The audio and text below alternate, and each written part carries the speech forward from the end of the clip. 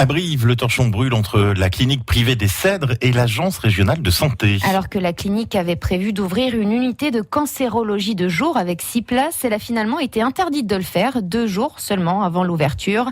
La clinique dénonce un excès de pouvoir de l'ARS, Nicolas Blanza, et elle vient de déposer 2 recours. Oui, le premier a été déposé auprès de la ministre de la Santé et le second devant le tribunal administratif de Limoges. Alors dans cette affaire, la clinique des Cèdres a expliqué avoir conclu une convention avec une clinique d'Aurillac pour profiter de l'agrément dont dispose l'établissement cantalien pour dispenser des traitements en chimiothérapie.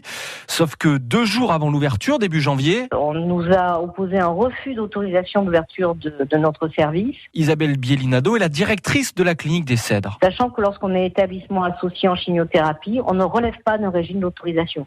Donc on nous a refusé une autorisation qu'on n'a jamais demandée. D'où notre recours pour excès de pouvoir, puisqu'on considère que la décision n'a aucun fondement juridique. D'autant que la clinique a investi 200 000 € pour refaire à neuf les 300 mètres carrés de l'unité.